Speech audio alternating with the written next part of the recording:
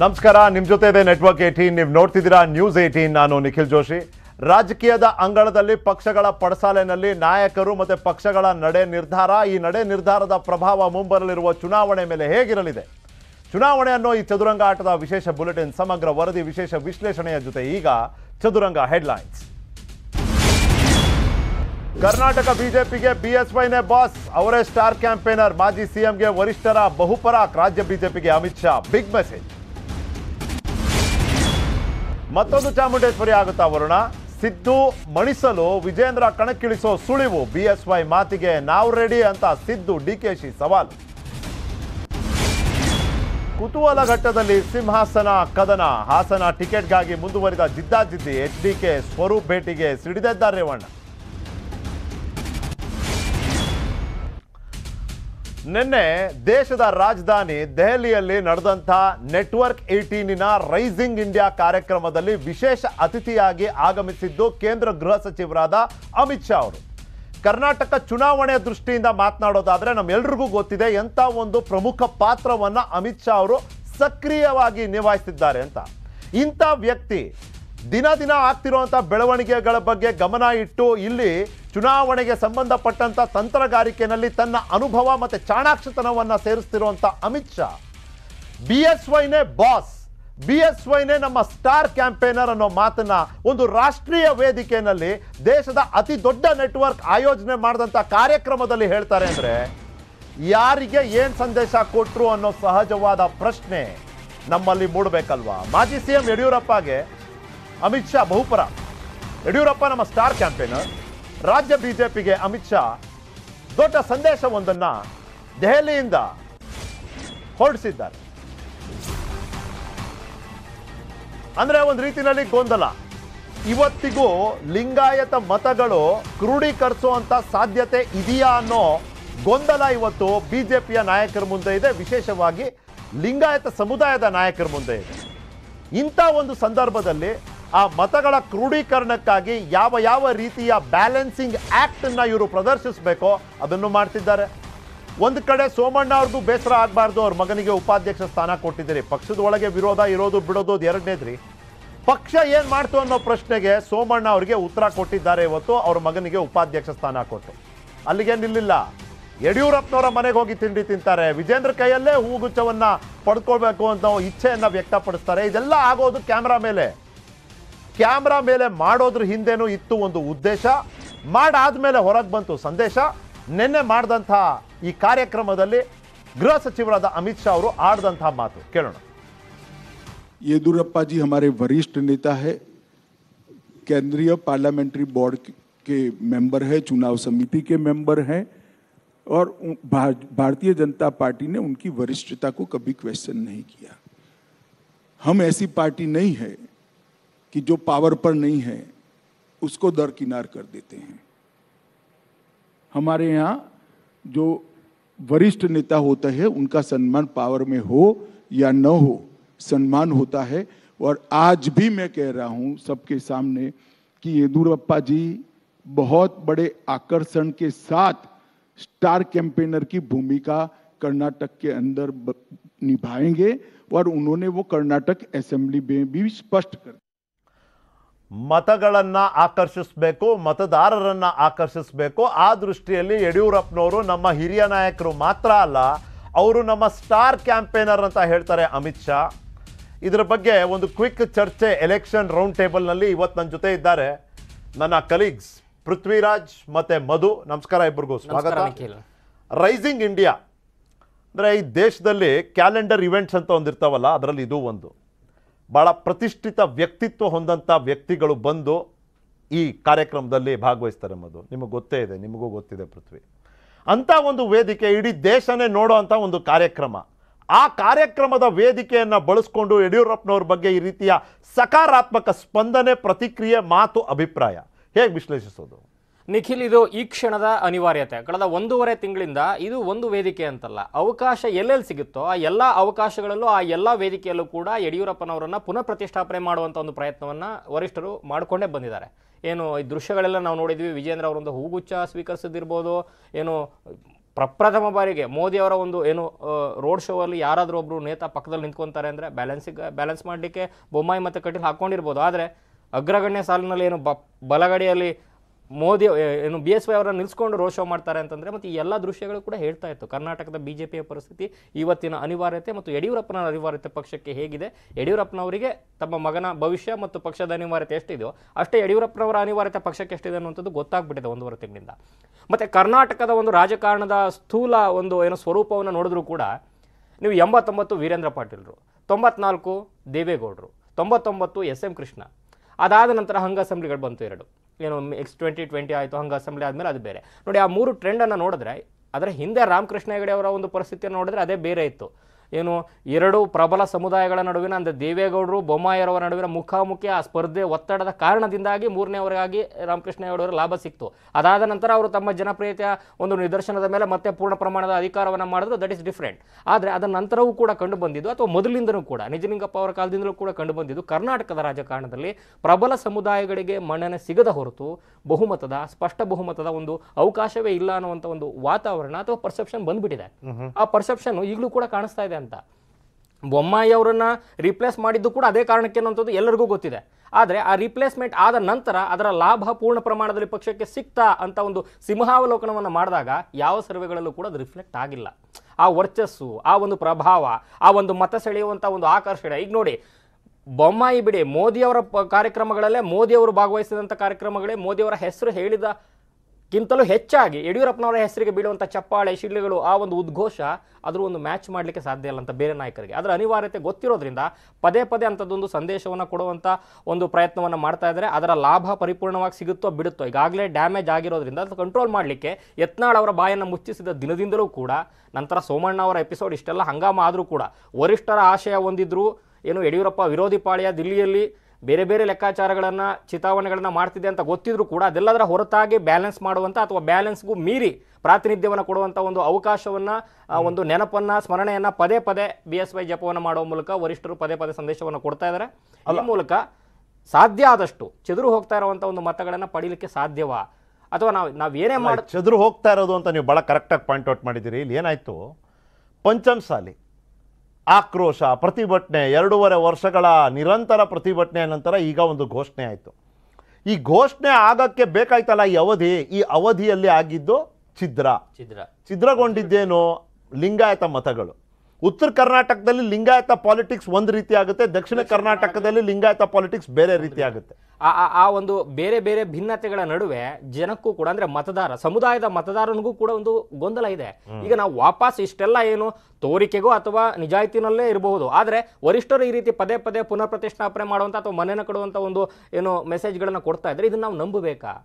ಅಂದರೆ ಇದು ಮುಂದೆ ಈಗ ಏನೇ ನಾವು ಓಟ್ ಹಾಕಿದ್ರು ಕೂಡ ಮುಖ್ಯಮಂತ್ರಿ ಯಾರಾಗ್ತಾರೆ? ಯಡಿಯೂರಪ್ಪನವ್ರು ಆಗ್ತಾರಾ? ಖಂಡಿತ ಅದು ಸಾಧ್ಯ ಇಲ್ಲ. ಆಗೋಂಗಿದ್ದಿದ್ರೆ 5 ವರ್ಷ ಅವ್ರನ್ನ ಅಥವಾ 3 ವರ್ಷ ಅವರನ್ನೇ ಕೊಡ್ತಾ ಇದ್ರು, ಯಾಕೆ ಅವ್ರನ್ನ ಕೆಳಗಿರಿಸ್ತಾರೆ? ಇಂಥೆಲ್ಲ ಸಂದೇಹಗಳಿವೆ. ಆ ಸಂದೇಹಗಳು ಮತ್ತೊಂದು ಪಕ್ಷಕ್ಕೆ ಅಥವಾ ಸಹಜವಾಗಿ ಕಾಂಗ್ರೆಸ್ಗೆ ಏನಾದರೂ ಲಾಭ ಆಗುತ್ತಾ ಅನ್ನೋ ಆತಂಕ ಸರ್ವೆಗಳಲ್ಲಿ ಮತ್ತು ಗ್ರೌಂಡ್ ರಿಪೋರ್ಟ್ಗಳಲ್ಲಿ ಕಾಣಿಸಿರೋದ್ರಿಂದ ಆದಷ್ಟು ಡ್ಯಾಮೇಜ್ ಕಂಟ್ರೋಲ್ ಆಗುತ್ತಾ ಅನ್ನೋ ಒಂದು ಪ್ರಯತ್ನವನ್ನು ವರಿಷ್ಠರು ಮಾಡ್ತಾ ಇದ್ದಾರೆ. ಅದು ಭವಿಷ್ಯದಲ್ಲಿ ಕ್ರೋಢೀಕರಿಸುವಂಥ ಒಂದು ಯತ್ನ ಅಂತ ಪೃಥ್ವಿ. ಇದು ಏನು ಛಿದ್ರಗೊಂಡಿದೆ ಅಂತ ಮಧು ಅವರ ವಿಶ್ಲೇಷಣೆಯಲ್ಲಿ ನಾವು ಕೇಳಿದ್ದೀವಿ, ಅದು ನೈಜತೆಗೆ ಭಾಳ ಹತ್ತಿರ ಇರುವಂಥ ವಿಷಯ. ಯಾವ ಪ್ರಮಾಣದಲ್ಲಿ ಛಿದ್ರಗೊಳ್ತು ಅನ್ನೋದಷ್ಟೇ ಪ್ರಶ್ನೆ, ಅದು ಮೇ 13ಕ್ಕೆ ನಮಗೆ ಗೊತ್ತಾಗ್ಬಿಡುತ್ತೆ. ಈಗ ಕ್ರೋಢೀಕರಿಸೋ ಈ ಯತ್ನ ಇದೆಯಲ್ಲ, ಇದು ನಿಮ್ಮ ದೃಷ್ಟಿಯಲ್ಲಿ ಎಲ್ಲಿ ವರ್ಕ್ ಆಗ್ಬೋದು, ಹೆಂಗೆ ವರ್ಕ್ ಆಗ್ಬೋದು, ಎಷ್ಟು ವರ್ಕ್ ಆಗ್ಬೋದು? ಆ್ಯಕ್ಚುಲಿ ಈ ಬರ್ತ್ಡೇ ಸೆಲೆಬ್ರೇಷನ್ ಇರುವಂಥ ಒಂದು ಸಮಾರಂಭಗಳಲ್ಲಿ ಒಂದು ದೇಶದ ಪ್ರಧಾನಮಂತ್ರಿಗಳು ಭಾಗಿಯಾಗೋದೇ ಅಪರೂಪ. ಅದರಲ್ಲೂ ಸ್ಪೆಷಲಿ ನರೇಂದ್ರ ಮೋದಿ ಅವರು ಅದಕ್ಕೆಲ್ಲದಕ್ಕೂ ಕೂಡ ಆಸ್ಪದವನ್ನೇ ಕೊಡೋದಿಲ್ಲ. ಅವರೇ ಅವ್ರ ಹುಟ್ಟುಹಬ್ಬವನ್ನು ಇಷ್ಟು ದೊಡ್ಡ ಗ್ರ್ಯಾಂಡಾಗಿ ಆಚರಿಸ್ಕೊಳ್ಳೋದಿಲ್ಲ. ಅಂಥದ್ರಲ್ಲಿ ಯಡಿಯೂರಪ್ಪನವರ ಬರ್ತಡೆಗೆ ಅವರು ಬರ್ತಾರೆ. ವಾಜಪೇಯಿ ಅವ್ರಿಗೂ ಕೂಡ ಗೊತ್ತಿತ್ತು ಯಡಿಯೂರಪ್ಪನವ್ರ ಶಕ್ತಿ ಏನು ಅಂದ್ಬಿಟ್ಟು ಅವರು ಕೂಡ ಯಡಿಯೂರಪ್ಪನವ್ರ ಬರ್ತಡೆಗೆ ಬಂದಿದ್ರು. ಒಂದು ನೋಡೋದಾದರೆ ಎಷ್ಟರ ಮಟ್ಟಿಗೆ ಅನಿವಾರ್ಯತೆ ಸೃಷ್ಟಿಯಾಗಿದೆ ಅನ್ನೋದು ಸ್ಪಷ್ಟವಾಗಿ ಗೊತ್ತಾಗ್ತಾ ಇದೆ. ಇಲ್ಲಿ ಮೇಯ್ನಾಗಿ ಒಂದು 6 ತಿಂಗಳ ಹಿಂದೆ ಬೊಮ್ಮಾಯಿಯವರು ಮುಖ್ಯಮಂತ್ರಿಗಳಾದ ನಂತರ ಸ್ಥಳೀಯ ಸಂಸ್ಥೆಗಳ ಚುನಾವಣೆ ನಡೀತು. ಅದಕ್ಕೂ ಮುಂಚೆ ಉಪಚುನಾವಣೆ ಹಾನಗಲ್ದು ಅದೆಲ್ಲ ನಡೆದಂಥ ಸಂದರ್ಭದಲ್ಲೇ ಪಕ್ಕದ ಕ್ಷೇತ್ರವನ್ನೇ ಗೆಲ್ಲಿಸ್ಲಿಕ್ಕೆ ಆಗಲಿಲ್ಲ. ಅದು ಲಿಂಗಾಯತ ಬಾಹುಳ್ಯ ಇರುವಂಥ ಕ್ಷೇತ್ರ, ಅವರ ಪಕ್ಕದ ಕ್ಷೇತ್ರ, ಅವರ ತವರು ಜಿಲ್ಲೆಯಲ್ಲೇ ಗೆಲ್ಲಿಸ್ಲಿಕ್ಕೆ ಆಗಿರಲಿಲ್ಲ ಅನ್ನೋದು. ಅದರ ಜೊತೆಗೆ ಸ್ಥಳೀಯ ಸಂಸ್ಥೆಗಳ ಚುನಾವಣೆ ನಡೆಯುತ್ತಾ 25 ಸ್ಥಳೀಯ ಸಂಸ್ಥೆಗಳ ಚುನಾವಣೆ, ಒಂದು ಶಿಕ್ಷಕರ ಕ್ಷೇತ್ರದ್ದು, ಆಮೇಲೆ ಗ್ರಾಮ ಪಂಚಾಯತಿಯಿಂದ ಯಾರು ಸ್ಥಳೀಯರಾಗಿ ಆಯ್ಕೆ ಆಗಿದ್ರು ಅವರು ಸೆಲೆಕ್ಟ್ ಮಾಡುವಂಥ ಒಂದು ಚುನಾವಣೆ. ಯಾವಾಗಲೂ ಯಾರು ಅಧಿಕಾರದಲ್ಲಿರ್ತಾರೆ ಆ ಪಕ್ಷದವರು ಆಲ್ಮೋಸ್ಟ್ ಆಲ್ಮೋಸ್ಟ್ 15ಕ್ಕಿಂತ ಹೆಚ್ಚು ಸ್ಥಾನ ಗೆಲ್ತಾರೆ. ಹತ್ತತ್ರ 18-20. ಯಡಿಯೂರಪ್ಪನವರು 2008ರಲ್ಲಿ ಇದ್ದಂಥ ಸಂದರ್ಭದಲ್ಲೂ 15ಕ್ಕೂ ಹೆಚ್ಚು ಕ್ಷೇತ್ರ ಗೆಲ್ತಾರೆ. ಆದರೆ ಬೊಮ್ಮಾಯಿ ಅವರು ಸಾಕಷ್ಟು ಯೋಜನೆಗಳನ್ನ ಕೊಟ್ಟಿದ್ದೀವಿ, ಡಬಲ್ ಇಂಜಿನ್ ಸರ್ಕಾರ, ಮೋದಿ ಅದು ಇದು ಅಂತ ಏನೇ ಹೇಳಿದ್ರು ಕೂಡ 10ನ್ನ ಕ್ರಾಸ್ ಮಾಡ್ಲಿಕ್ಕೆ ಆಗ್ಲಿಲ್ಲ. ಕಾಂಗ್ರೆಸ್ 14 ಸೀಟನ್ನು ಗೆಲ್ಲುತ್ತೆ, ವಿರೋಧ ಪಕ್ಷದಲ್ಲಿ ಇದ್ಕೊಂಡು 14 ಸೀಟನ್ನು ಗೆಲ್ತಾರೆ. ಎಷ್ಟು ಮಟ್ಟಿಗೆ ಕಾಂಗ್ರೆಸ್ ಮುಂದೆ ಹೋಯ್ತು ಅನ್ನೋದು ಸಹಜವಾಗಿ ಗೊತ್ತಾಗುತ್ತೆ. ಆಮೇಲೆ 2013ರ ಸಂದರ್ಭದಲ್ಲಿ ಆದಂಥ ಒಂದು ಚುನಾವಣೆ ಏನಿದೆ, ಯಡಿಯೂರಪ್ಪನವರ ಶಕ್ತಿ ಏನು, ಬಿಜೆಪಿ ಶಕ್ತಿ ಏನು ಅನ್ನೋವಂಥದ್ದನ್ನ ತೋರಿಸುತ್ತೆ. ಅಲ್ಲಿ ಬಿಜೆಪಿ ಗೆಲ್ಲದೆ ಹೋದ್ರೂ ಕೂಡ ಸೋಲ್ಸ್ತಾರೆ ಯಡಿಯೂರಪ್ಪನವರು. 10% ಓಟನ್ನು ತೆಗೆದುಕೊಂಡಂಥದ್ದು ಸ್ಪಷ್ಟವಾಗಿ ಗೊತ್ತಾಗುತ್ತೆ ಯಡಿಯೂರಪ್ಪನವರ ನಾಯಕತ್ವ ಏನು ಅಂತ. ಅದು ಯಾವ ಸಂದರ್ಭ, ಯಡಿಯೂರಪ್ಪನವರು 2013ನ್ನ ಎದುರಿಸಿದ್ದು ಜೈಲಿಗೆ ಹೋಗಿ ಬಂದು ಒಂದು ನೆಗೆಟಿವ್ ಇಮೇಜ್ ಇರುವಂತ ಸಂದರ್ಭದಲ್ಲೂ ಕೂಡ ಅದು ಜನರ ಮನಸ್ಸಲ್ಲಿ ಇರಲಿಲ್ಲ. ಅದು ಯಡಿಯೂರಪ್ಪನವ್ರು ಒಪ್ಕೊಳ್ತೀವಪ್ಪ ಅಂತ. ಆಮೇಲೆ ಲಿಂಗಾಯತ ಸಮುದಾಯದಲ್ಲಿ ನೀವು ಅವಾಗಲೇ ಉತ್ತರ ಕರ್ನಾಟಕ, ದಕ್ಷಿಣ ಕರ್ನಾಟಕ ಲಿಂಗಾಯತ ಅವ್ರು ಬೇರೆ, ಉತ್ತರ ಕರ್ನಾಟಕ ಲಿಂಗಾಯತ ಬೇರೆ ಅಂತ ಏನೇ ನೋಡಿದ್ರು ಕೂಡ ಪಂಚಮ ಸಾಲಿಗೆ ಓಕೆ ಯತ್ನಾಳ್ ಅವರು ಲೀಡರ್ ಅನ್ಕೊಳ್ಳೋಣ. ಈಗ ನೊಳಂಬ ಸಮುದಾಯ ಸೋಮಣ್ಣ ಅವರು ಲೀಡರ್ ಅನ್ಕೊಳ್ಳೋಣ. ಇನ್ನು ಸಾದರ ಸಮುದಾಯದಲ್ಲಿ ಬೊಮ್ಮಾಯಿ ಅವರು ಲೀಡರ್ ಅನ್ಕೊ. ಆದರೆ ಇವ್ರನ್ನೆಲ್ಲರನ್ನೂ ಕೂಡ ಒಟ್ಟುಗೂಡಿಸಿ ಲಿಂಗಾಯತ ಸಮುದಾಯವನ್ನ ಒಂದು ಹಂತಕ್ಕೆ ತೆಗೆದುಕೊಂಡು ಬಂದು ಅವರೆಲ್ಲರೂ ಕೂಡ ಒಟ್ಟಿಗೆ ಯಡಿಯೂರಪ್ಪನವರ ಮುಖ ನೋಡ್ಕೊಂಡು ಓಟ್ ಹಾಕಿದ್ದು ಅಂದ್ರೆ 2008ರ ಎಲೆಕ್ಷನ್ನಿಂದ. ಆ ಎಲ್ಲ ಉಪಪಂಗಡಗಳನ್ನು ಒಗ್ಗೂಡಿಸುವಂಥ ಶಕ್ತಿ ಇರುವಂಥದ್ದು ಏಕೈಕ ನಾಯಕ ಯಡಿಯೂರಪ್ಪನವ್ರಿಗೆ ಮಾತ್ರ. ಇವರೆಲ್ಲ ಕೂಡ ಉಪಪಂಗಡಗಳಿಗೆ ಸೀಮಿತ ಆಗ್ಬಿಟ್ಟಿದ್ದಾರೆ. ಬಟ್ ಯಡಿಯೂರಪ್ಪನವ್ರು ಇವರೆಲ್ಲರನ್ನೂ ಸೇರಿಸ್ಬಿಟ್ಟು ಮತವನ್ನು ಸೆಳೆಯುವಂಥ ಶಕ್ತಿ ಹೊಂದಿರುವಂಥದ್ದು. ಸೊ ಹೀಗಾಗಿನೇ ಯಡಿಯೂರಪ್ಪನವ್ರು ಅನಿವಾರ್ಯ. ಆಮೇಲೆ ಬಿಜೆಪಿಗೆ ಏನಂದ್ರೆ ಒಂದು ಪ್ರಬಲ ಸಮುದಾಯ ಈಗ ಆಲ್ರೆಡಿ ಅವರಿಗೆ ನಿಂತ್ಕೊಂಡಿರುವಂಥದ್ದು ಅಂದ್ರೆ ಲಿಂಗಾಯತ ಸಮುದಾಯ. ಅದು ಕೈ ಕೊಡಬಾರ್ದು, ಅದು ಹೇಗಾದ್ರೂ ಮಾಡಿ ಬೇಕೇ ಬೇಕಾಗಿರುವಂಥ ಅನಿವಾರ್ಯತೆ ಇದೆ. ಸೊ ಹೀಗಾಗಿನೇ ಅವ್ರನ್ನ ಎಲ್ಲೂ ಕೂಡ ಬಿಟ್ಕೊಡುವಂಥ ಸಂದರ್ಭ ಎದುರಾದಂಥ ಟೈಮ್ನಲ್ಲೆಲ್ಲ ಅವರೊಂದು ಮೆಸೇಜನ್ನು ಪಾಸ್ ಮಾಡ್ತಾ ಇದ್ದಾರೆ. ಬಿಕಾಸ್ ನಾವು ನೋಡೋದಾದ್ರೆ ಯಡಿಯೂರಪ್ಪನವರು CM ಆಗಿದ್ದಂಥ ಸಂದರ್ಭದಲ್ಲಿ ಒಂದೇ ಒಂದು ಬಾರಿ ಹೈಕಮಾಂಡ್ ನಾಯಕರು ಯಾರೇ ಆಗಿರ್ಲಿ ಅವರನ್ನು ಹೊಗಳಲಿಲ್ಲ, ಪ್ರೀತಿಯನ್ನ ತೋರಿಸಲಿಲ್ಲ, ಬೆಂಬಲವನ್ನ ಕೊಡಲಿಲ್ಲ, ಸಪೋರ್ಟ್ ಸಂಪುಟ ಯಾವಾಗ ರಚನೆ ಆಯ್ತು ಅಂತ ಪ್ರವಾಹದಲ್ಲಿ ಒಬ್ಬರು ಏಕಾಂಗಿಯಾಗಿ ಪ್ರವಾಸವನ್ನ ಮಾಡಿದ್ರು. ಆಕ್ಚುಲಿ CM ಆಗಿದ್ದಂಥ ಟೈಮ್ನಲ್ಲೇ ಆ ಪ್ರೀತಿ, ಒಲವು, ಬೆಂಬಲ ಏನೂ ಸಿಗದೆ ಇರುವಂಥದ್ದು ಅವ್ರನ್ನ ಕೆಳಗಿಳಿಸಿದಂಥ ಸಂದರ್ಭದಲ್ಲಿ ಅದನ್ನೆಲ್ಲವನ್ನು ತೋರಿಸ್ತಾ ಇದ್ದಾರೆ ಅಂದ್ರೆ ಅದರಲ್ಲೇ ಸ್ಪಷ್ಟವಾಗಿ ಗೊತ್ತಾಗುತ್ತೆ ಎಷ್ಟು ಮಟ್ಟಿಗೆ ಒಂದು ಕಂದಕ ಅವಕಾಶವಾದ ಇದೆ ಇಲ್ಲಿ ಅಂತ. ಅವಕಾಶವಾದ ಇದೆ ಅಂತ ಇಲ್ಲಿ ನೋಡಿ, ನಾವು ಇದನ್ನ ಹಿಂಗ್ ನೋಡ್ಬೋದಾ ಅಂತ. Two little too late. Exactly. ಬಹಳ ದೊಡ್ಡ ಜೆಸ್ಚರ್. ರಾಷ್ಟ್ರೀಯ ವೇದಿಕೆ, ರಾಷ್ಟ್ರೀಯ ವಾಹಿನಿ, ದೇಶದ ಅತಿ ದೊಡ್ಡ ನೆಟ್ವರ್ಕ್, ವರ್ಷದ ಅತಿ ದೊಡ್ಡ ಕಾರ್ಯಕ್ರಮ, ಕೇಂದ್ರ ಗೃಹ ಸಚಿವರು, ಆ ವೇದಿಕೆ ಮೇಲೆ ಯಡಿಯೂರಪ್ಪನವರೇ ಸ್ಟಾರ್ ಕ್ಯಾಂಪೇನರ್. ಅಗೇನ್ ನಾನು ಕೇಳಿದೆ, ಟೂ ಲಿಟಲ್ ಟೂ ಲೇಟ್. ಈಗ ನೋಡಿ, ನೀವು ರಾಷ್ಟ್ರದ ಯಾವುದೇ ರಾಜ್ಯದ ಬಿಜೆಪಿ ಅಂತ ಹೋದ್ರು ಕೂಡ ಅಲ್ಲಿ ಮೋದಿ ಜಪ ಮಾತ್ರ ಕಾಣುತ್ತೆ. ಅಲ್ಲಿ ಯಾವ ಸ್ಥಳೀಯ ನಾಯಕರ ಹೆಸರುಗಳು, ಇನ್ನು ಸಂಪುಟದಲ್ಲಂತೂ ಹೆಸರುಗಳು ತುಂಬಾ ಜನ ಗೊತ್ತೇ ಇಲ್ಲ ಬಿಡಿ, ಅದು ಬೇರೆ ಪ್ರಶ್ನೆ. ಆದರೆ ಕರ್ನಾಟಕದಲ್ಲಿ ಅಂತ ಬಂದ್ರೆ ಈಗ ಅವರು ಒಂದು ಮಾತು ಹೇಳಿದ್ರು, ಅಮಿತ್ ಶಾ ಮಾತನಾಡ್ತಾ, ನಾವು ಅಧಿಕಾರದಲ್ಲಿ ಇದ್ದಾಗ ಮಾತ್ರ ಬೆಲೆ ಕೊಡುವಂಥದ್ದಲ್ಲ, ಅಧಿಕಾರದಲ್ಲಿ ಇಲ್ದಿದ್ದಾಗ್ಲೂ ಕೂಡ ಬೆಲೆ ಕೊಡ್ತೀವಿ, ಸನ್ಮಾನಿಸ್ತೀವಿ ಅಂತ ಹೇಳೋ ಮೂಲಕ ಡ್ಯಾಮೇಜ್ ಕಂಟ್ರೋಲ್ ನೀವು ಹೇಳೋದಲ್ಲ, ಟೂ ಲೇಟ್ ಅಂತ ಅದನ್ನ ಸಾಧ್ಯ ಆದಷ್ಟು ಕೋಪ್ ಅಪ್ ಮಾಡುವಂತ ಪ್ರಯತ್ನವನ್ನ ಮಾಡ್ತಾ ಇದ್ದಾರೆ. ಅಮಿತ್ ಶಾ ಅವರೇ ಟೈಮ್ ಕೊಟ್ಟಿರಲಿಲ್ಲ ಯಡಿಯೂರಪ್ಪನವ್ರು ಮುಖ್ಯಮಂತ್ರಿಗಳಾದಂತ ಟೈಮ್ನಲ್ಲಿ. ಆದ್ರೆ ಇವಾಗ ಅವರೇ ಯಡಿಯೂರಪ್ಪನವ್ರ ಮನೆ ಬಾಗಿಲಿಗೆ ಹೋಗ್ತಾ ಇದ್ದಾರೆ. ಆಮೇಲೆ ಯಾವಾಗ್ಲೂ ಈ ಹಿಂದಿನ ಎಲೆಕ್ಷನ್ ಸಂದರ್ಭದಲ್ಲಿ ಒಂದು ದೃಢವಾದಂತ ಒಂದು ಗಟ್ಟಿ ನಾಯಕತ್ವ ಯಡಿಯೂರಪ್ಪನವ್ರದ್ದು ಇರ್ತಾ ಇತ್ತು. ಆದ್ರೆ ಈಗ ಮಾರ್ಗದರ್ಶನ ಅನ್ನುವಂತ ಮಾತಿದೆಯಲ್ಲ, ಅಷ್ಟೇ ಸಾಕು ಆ ಓಟ್ಗಳು ಛಿದ್ರ ಆಗ್ಲಿಕ್ಕೆ. ಯಾವಾಗ್ಲೂ 2004ರಿಂದ ಏನು ಒಂದು 80ಕ್ಕೂ ಹೆಚ್ಚು ಸೀಟನ್ನ ಗೆಲ್ಕೊಂಡ್ ಬರುವಂತ ನಿಟ್ಟಿನಲ್ಲಿ ಬಿಜೆಪಿ ಏನಿರುತ್ತೆ, ಆ ಟೈಮ್ನಲ್ಲಿ ಅನಂತಕುಮಾರ್ ಅವರ ಯುಕ್ತಿ, ಯಡಿಯೂರಪ್ಪನವರ ಶಕ್ತಿ, ಇದು ಯಾವಾಗ್ಲೂ ಕೂಡ ವರ್ಕೌಟ್ ಆಗ್ತಾ ಇದೆ. ಮುತ್ಸದ್ದಿತನದ ವಿಚಾರದಲ್ಲಿ ಸ್ವಲ್ಪ ರಾಜಕೀಯ ಜ್ಯೋತಿಷ್ಯಗಳನ್ನ ಹೇಳುವಾಗ ಲೀಡರ್ಗಳು ಸ್ವಲ್ಪ ಪರ್ಫೆಕ್ಟ್ ಆಗಿ ಹೇಳ್ತಾರೆ. ನೋಡಿ, ಯಡಿಯೂರಪ್ಪನವರು ಸುಮಾರು ಒಂದೂವರೆ ವರ್ಷದಿಂದ ದಾವಣಗೆರೆ ಏನು ಕಾರ್ಯಕಾರಿಣಿಯಲ್ಲಿ ಹೇಳಿದ್ರು, ಮೋದಿ ಹೆಸರು ಹೇಳಿದ್ರೆ ಕೆಲಸ ಆಗಲ್ಲ, ಹುಷಾರಾಗಿರಿ, ಎಚ್ಚರವಾಗಿರಿ. ಅವತ್ತು ಪಕ್ಷದೊಳಗಡೆ ದೊಡ್ಡ ಚರ್ಚೆ ನಡೀತು. ಯಡಿಯೂರಪ್ಪನವ್ರು ಏನು ಹಂಗಾರೆ ಅಷ್ಟೊಂದು ಗ್ರೇಟಾ, ಈ ಮೋದಿ ಭಾರತ, ಮೋದಿ ಬಿಜೆಪಿಯಲ್ಲಿ ಇಂಥ ಮಾತಾಡುವಂತ ಸಾಧ್ಯತೆ. ಆಮೇಲೆ 2 ದಿವಸ ಆದ್ಮೇಲೆ ಡ್ಯಾಮೇಜ್ ಕಂಟ್ರೋಲ್ ಮಾಡುವಂತ ಪ್ರಯತ್ನ ಯಡಿಯೂರಪ್ಪನವರು ಮಾಡಿದ್ರು, ಅದು ಡಿಫ್ರೆಂಟ್ ಇಶ್ಯೂ. ಸಿದ್ದರಾಮೋತ್ಸವ ಆದ ನಂತರ ಆದ ಬೆಳವಣಿಗೆ ಏನಿದೆಯಲ್ಲ, ಅಂದ್ರೆ ಆದಷ್ಟು ಸ್ಥಳೀಯ ನಾಯಕತ್ವಕ್ಕೆ ಕಾಂಗ್ರೆಸ್ ಅಲ್ಲಿ ಅದಕ್ಕೆ ಶೂನ್ಯತೆ ಕೂಡ ಇತ್ತು, ಅಲ್ಲಿ ಅನಿವಾರ್ಯತೆ ಕೂಡ ಇತ್ತು. ಆ ಒಂದು ಅನಿವಾರ್ಯತೆ ಕಾರಣದಿಂದಲೋ ಅಥವಾ ಸಿದ್ದರಾಮಯ್ಯ ಅವರ ಸಹಜ ಜನಪ್ರಿಯತೆಯ ಕಾರಣದಿಂದಲೋ ಸಿಕ್ಕಂತ ಒಂದು ಏನು ಮಾನ್ಯತೆ, ಸಮ್ಮಾನಗಳೇನಿದೆ ಅದನ್ನ ನೋಡು, ಅದು ಕೊಟ್ಟಂತ ಸಂದೇಶ ಮತ್ತೆ ಬಿಜೆಪಿಯಲ್ಲಿ ಆ ಒಂದು ಅನಿವಾರ್ಯತೆಯನ್ನ ಸೃಷ್ಟಿ ಮಾಡಿದೆ. ಅದು ನೀವು ಹೇಳಿದಂತೆ ಸ್ವಲ್ಪ ಲೇಟ್ ಆಗ್ಬಿಟ್ಟಿದೆ ಅಂತ. ಆಕ್ಚುಲಿ ಒಂದು ರಾಜ್ಯದಲ್ಲಿ ಎಲ್ಲೇ ಹೋದ್ರೂ ಕೂಡ ಇವ್ರು ಯಾವತ್ತೂ ಅಲ್ಲಿನ ಸ್ಥಳೀಯ ನಾಯಕತ್ವ ಅಥವಾ ಯಾರೇ ಒಬ್ಬ CM ಆಗಿರಲಿ ಈ ಲೆವೆಲ್ಗೆ ಹೋಗ್ಲಿಲ್ಲ. ಇವನ್ ನಮ್ಮ ರಾಜ್ಯದಲ್ಲೂ ಬೊಮ್ಮಾಯಿ ಅವ್ರನ್ನ ಈ ಲೆವೆಲ್ಗೆಲ್ಲ ಹೋಗ್ಲೋದಿಲ್ಲ. ಆದರೆ ಯಡಿಯೂರಪ್ಪನವ್ರು ಹೋಗ್ಲುತ್ತಾರೆ ಅಂದರೆ ಯಡಿಯೂರಪ್ಪನವ್ರ ಶಕ್ತಿ ಅದು. ಆಮೇಲೆ ಸಹಜವಾಗಿ ಈಗ ಇತ್ತೀಚೆಗೆ ಗುಜರಾತ್ ಎಲೆಕ್ಷನ್, ಹಿಮಾಚಲ ಎಲೆಕ್ಷನ್ ನೋಡಿದ್ವಿ. ಅಲ್ಲಿ ಎಲ್ಲೇ ಹೋದ್ರು ಕೂಡ ಮೋದಿಯವರು ಹೇಳ್ತಾ ಇದ್ರು, ನನ್ನ ಮುಖ ನೋಡಿ ಓಟ್ ಹಾಕಿ ಅಂತ ಹೇಳ್ತಾ ಇದ್ರು. ಇಲ್ಲ, ಆ ಸಂದರ್ಭ ಇಲ್ಲ. ಕರ್ನಾಟಕ ಡಿಫ್ರೆಂಟ್ ಅನ್ನೋದಕ್ಕೆ ಇದೆ ಸಾಕ್ಷಿ ಹೇಳ್ಬೋದು ಪೃಥ್ವಿ. ಆದ್ರೆ ಆ ರೀತಿ ಹೇಳಿದ್ರೆ ಅದು ವೋಟ್ ಶೇರ್ ಆಗುತ್ತೆ ಬಿಟ್ರೆ ಸೀಟ್ ಶೇರ್ ಆಗಲ್ಲ. ಅಂದ್ರೆ ಬಹಳ ಡಿಸ್ಟ್ರಿಬ್ಯೂಟೆಡ್ ರೀತಿನಲ್ಲಿ ಮತದಾನ ನಡೆಯುತ್ತೆ. ಅಲ್ಲೆಲ್ಲೋ ಒಂದಷ್ಟು ಮತ, ಇಲ್ಲೆಲ್ಲೋ ಒಂದಷ್ಟು ಮತ ಮೋದಿಗಾಗಿ ಬಿತ್ತು ಅಂದರೆ ಅದು BJPಗೆ ವೋಟ್ ಶೇರ್ ಆಗುತ್ತೆ ಬಿಟ್ರೆ ಅದು ಸೀಟ್ಗಳ ಗೆಲುವಿನಲ್ಲಿ ಪರಿಣಮಿಸೋದಿಲ್ಲ. ಆ ಗೆಲುವು ಆಗಬೇಕು ಅಂದ್ರೆ ಆ ಮಾರ್ಜಿನ್ ಇದೆಯಲ್ಲ, ಆ ಮಾರ್ಜಿನ್ನು, ಆ ಅಂತರ, ಈ ಅಂತರವನ್ನ ಭರಿಸೋದು ಯಾರು ಗೊತ್ತಾ? ಸ್ಥಳೀಯ ನಾಯಕ. ಅದಕ್ಕೆ ಬೇಕು ಸ್ಥಳೀಯ ನಾಯಕತ್ವ. ಅಲ್ಲಿಗೆ ಅದನ್ನು ಬಿಟ್ಬಿಡೋಣ. ಇನ್ನ ಮುಂದಿಂದು ಸ್ವರೂಪ್ ಅನ್ನೋ ಹೆಸರು ನನಗೆ ಗೊತ್ತೇ ಇಲ್ಲ ಅಂತಾರೆ ರೇವಣ್ಣ ಅವರು. ಅಲ್ಲಿಗೆ ಏನು ಹೇಳಕ್ ಹೊರಟಿದ್ದಾರೆ ರೇವಣ್ಣ ಅವರು ಅಂದರೆ ಇನ್ನೂ ಶಮನಗೊಳ್ಳಿಲ್ಲ ಅಂತ. ಆ ಸುದ್ದಿಗೆ ಬರ್ತೀವಿ. ಇನ್ನು ವರುಣಕ್ಕೆ ಹೋದರೆ, ವರುಣದಲ್ಲಿ ಸಿದ್ದರಾಮಯ್ಯನವರ ವಿರುದ್ಧ ಅಕಸ್ಮಾತ್ ವಿಜೇಂದ್ರ ಅವ್ರನ್ನ ಸ್ಪರ್ಧೆಗೆ ಇಳಿಸ್ಬಿಟ್ರೆ ಹೆಂಗೆ? ಸಿದ್ದರಾಮಯ್ಯನವರು ವರುಣ ಸೇಫ್ ಸೀಟು, ಅಲ್ಲಿ ತೊಗೊಂಡ್ಬಿಟ್ರೆ ಅವ್ರು ರಾಜ್ಯಾದ್ಯಂತ ಪ್ರವಾಸ ಮಾಡ್ಬೋದು, ಬೇರೆ ಬೇರೆ ಕಡೆ ಹೋಗಿ ಕ್ಷೇತ್ರಗಳನ್ನ ಗೆಲ್ಲಿಸ್ಕೊಂಡ್ಬರ್ಬೋದು, ಬೇರೆ ನಾಯಕರಿಗೆ ಸಹಾಯ ಆಗುತ್ತೆ, ಪಕ್ಷಕ್ಕೆ ಸಹಾಯ ಆಗುತ್ತೆ. ಆದರೆ ಅವ್ರನ್ನೇ ಅಲ್ಲಿ ಕಟ್ಟಾಕುವಂಥ ಕೆಲಸ ಆಗಿಬಿಟ್ರೆ ಅಲ್ಲೂ ಕೂಡ ಲಿಂಗಾಯತ ಮತದಾರರ ಒಂದು ಪ್ರಭಾವ ಇದೆ. ಸುತ್ತೂರು ಮಠ ಇರುವಂಥ ಕ್ಷೇತ್ರ ಇದು. ಸುತ್ತೂರು ಮಠ ಇರುವಂಥ ಕ್ಷೇತ್ರದಲ್ಲಿ ಒಬ್ಬ ಪ್ರಭಾವಿ ಲಿಂಗಾಯತ ಸಮುದಾಯದ ನಾಯಕ, ಅದರಲ್ಲೂ ಯಡಿಯೂರಪ್ಪನವರ ಮಗರಾದಂಥ ವಿಜೇಂದ್ರ ಅವರು ಹಳೆ ಮೈಸೂರು ಭಾಗದಲ್ಲಿ ತಮ್ಮದೇ ಆದ ಆಸಕ್ತಿ ಮತ್ತು ವಿಶೇಷ ಪ್ರಭಾವವನ್ನು ಹೊಂದಿರುವಂಥ ವಿಜೇಂದ್ರ ಅವರು ಸ್ಪರ್ಧೆಗೆ ಇಳಿದ್ಬಿಟ್ರೆ ಯಾವ ರೀತಿ ಇದು ಪರಿಣಮಿಸುತ್ತೆ ಅನ್ನೋ ಪ್ರಶ್ನೆ ನಮ್ಮ ಮುಂದೆ. ಇಡೀ ರಾಜ್ಯ ಕಣ್ಣರಳಿಸಿ ನೋಡುವಂಥ ಅಖಾಡ ಆಗುತ್ತಾ ವರುಣ? ಸಿದ್ದುನ ಮಣಿಸೋದಕ್ಕೆ ವರುಣದಿಂದ ವಿಜೇಂದ್ರ ಅವ್ರನ್ನ ಕಣಕ್ಕಿಳಿಸುವಂಥ ಸುಳಿವು BSY ಅವ್ರು ಕೊಟ್ಟಿದ್ದಾರೆ. ಅವರ ಮಾತಿಗೆ ನಾವು ರೆಡಿ ಅಂತ ಸಿದ್ದರಾಮಯ್ಯನವರು DKಶಿ ಅವರು ಕೌಂಟರ್ ಸವಾಲು ಹಾಕಿರೋವಂಥದ್ದು. ಸವಾಲು ಹಾಕಿರೋದು ಅವರು ಸೂಚನೆ, ಒಂದು ಕ್ಲೂ ಮೂಲಕ. ಆ ಸವಾಲಿಗೆ ಕೌಂಟರ್ ಸವಾಲು ಹಾಕಿರೋದು DKಶಿ ಮತ್ತು ಸಿದ್ದರಾಮಯ್ಯನವರು. ಅವ್ರು ಆಡಿದಂಥ ಮಾತು ಕೇಳೋಣ. ಚರ್ಚೆ ನಡೀತಾ ಇದೆ. ಸಿದ್ದರಾಮಯ್ಯನವರು ಗೊತ್ತಿದೆ, ಅವ್ರು ನಿಲ್ತಾ ಇರೋಂತ ನೆಲನೇ ಕುಸಿತಾ ಇದೆ ಅಂತ.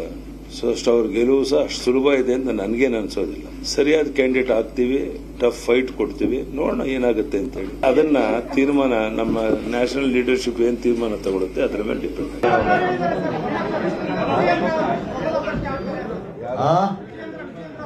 ಅಯ್ಯಪ್ಪ, ಯಾರು ಆಗ್ಲಿ ನಮಗೆ, ಯಾರು ನಮ್ಗೆ ಎದುರಾಳಿ ಮುಖ್ಯ ಅಲ್ಲ. ಯಡಿಯೂರಪ್ಪನವರೇ ಆಗ್ಲಿ ಅವ್ರಿಗೆ ಸ್ವಾಗತ ಮಾಡ್ತೀವಿ. ಅಯ್ಯಪ್ಪ, ಯಾರು ಆಗ್ಲಿ ನಮಗೆ, ಯಾರು ನಮ್ಗೆ ಎದುರಾಳಿ ಮುಖ್ಯ ಅಲ್ಲ. ಯಡಿಯೂರಪ್ಪನವರೇ ಆಗ್ಲಿ ಅವ್ರಿಗೆ ಸ್ವಾಗತ ಮಾಡ್ತೀವಿ. ನನ್ನ ಕಡೆ ಕೃಷ್ಣ ನೇರ ಸಂಪರ್ಕದಲ್ಲಿ ಜಾಯ್ನ್ ಆಗ್ತಿದ್ದಾರೆ. ಕೃಷ್ಣ, ಇದು ಮೊದಲನೇ ಬಾರಿ ಅಲ್ಲ, ಬಹುಶಃ ಮುಂದಿನ ದಿನಗಳಲ್ಲಿ ಈ ಚರ್ಚೆ ಇನ್ನೂ ತೀವ್ರ ಸ್ವರೂಪವನ್ನು ಪಡೆಯುತ್ತೆ.